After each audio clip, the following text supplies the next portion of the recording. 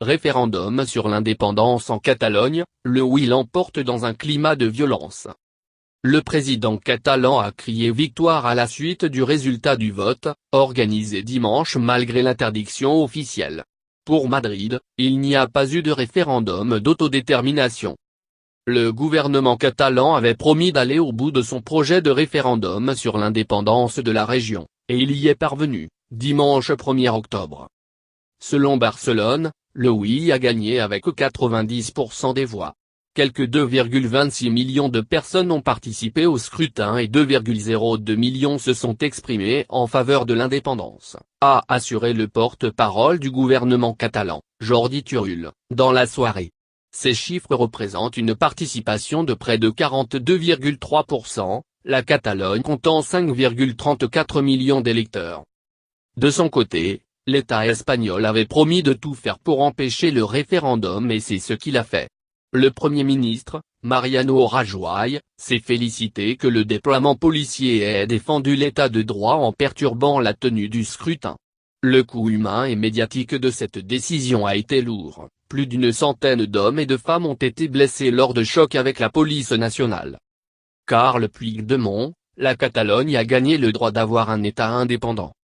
Le chef du gouvernement catalan, Carles Puigdemont, a dit en début de soirée qu'après ce référendum, la Catalogne avait gagné le droit d'avoir un État indépendant. En ce jour d'espoir et de souffrance, les citoyens catalans ont gagné le droit d'avoir un État indépendant sous la forme d'une république, a-t-il expliqué lors d'une allocution télévisée. Nous sommes des citoyens européens et nous souffrons d'atteinte à nos droits et libertés, a-t-il ajouté, en demandant à l'Union européenne, UE, d'agir rapidement. Mon gouvernement va, dans les jours qui viennent, transmettre les résultats du scrutin de ce jour au Parlement, garant de la souveraineté de notre peuple, afin qu'il puisse agir conformément à la loi référendaire, a-t-il ajouté. D'après ce texte, l'indépendance doit être proclamée unilatéralement si le oui l'emporte. Jordi Turull avait, un peu plus tôt dans la journée, qualifié l'attitude des policiers de honte internationale pour l'Espagne. Plusieurs responsables politiques, comme le dirigeant de Podemos, Pablo Iglesias, et la maire de Barcelone, Ada Colau, ont demandé la démission de M. Rajoy. Selon le quotidien de Barcelone La Vanguardia, des mouvements indépendantistes et des syndicats catalans ont lancé un appel à la grève générale pour le 3 octobre. Il n'y a pas eu de référendum, selon M. Rajoy. Le Premier ministre espagnol avait déclaré un peu plus tôt dimanche soir que l'état de droit avait été respecté en empêchant le scrutin. La démocratie a prévalu parce que la Constitution a été respectée. M. Rajoy a pris la parole en début de soirée pour répéter que son gouvernement ne reconnaît pas la légitimité du scrutin et qu'il avait agi avec fermeté et sérénité dans le cadre de la loi. Les seuls responsables sont ceux qui n'ont pas respecté la loi, a-t-il dit, assurant qu'une majorité de Catalans n'avait pas voté. Le Premier ministre espagnol ne ferme aucune porte au dialogue, dans le respect de la loi et convoquera l'ensemble des partis au Congrès pour réfléchir au futur. Pour lui, il n'y a pas eu de référendum d'autodétermination.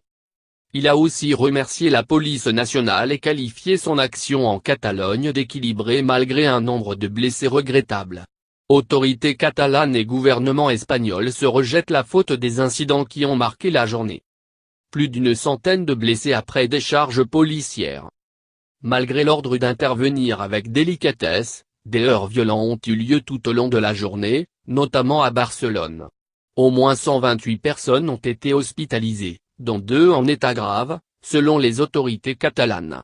L'une aurait été blessée par une balle en caoutchouc tirée par la police, dont l'usage est interdit en Catalogne depuis 2014. Au total, 844 personnes ont été accueillies dans les hôpitaux et des centres de santé. L'État avait envoyé 10 000 policiers et gardes civils dans la région pour fermer les bureaux de vote et saisir le matériel électoral. Les forces de l'ordre ont parfois violemment chargé les occupants et par endroits, tiré des balles en caoutchouc contre la foule. Des vidéos montrant des hommes et des femmes, parfois des personnes âgées, violentées lors des évacuations ont été diffusées en ligne. Le scrutin se tenait dans toutes sortes d'endroits plus ou moins accessibles, qui fermaient pour la plupart à 20 heures, des établissements scolaires, des couvents, des centres de santé, des maisons de retraite, des musées.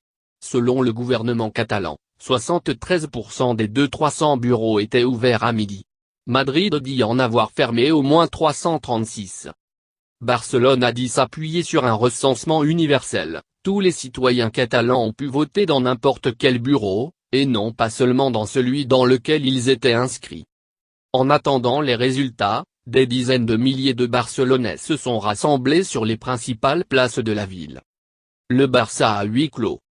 Faute d'obtenir, dimanche, le report de son match de championnat, le FC Barcelone, indigné par les heures, a joué et gagné, 3-0, à huis clos contre son adversaire du jour, le club de La Palma de Gran Canaria. Donc sans ces milliers de spectateurs, massés en vain devant les grilles du Camp Nou. L'incertitude sur le sort réservé à cette rencontre de la 7e journée de Liga a persisté jusqu'à 25 minutes avant le coup d'envoi. Le Barça, étendard de l'identité catalane, a finalement opté pour une voie médiane entre le maintien du match et son annulation unilatérale, qui aurait entraîné des sanctions sportives.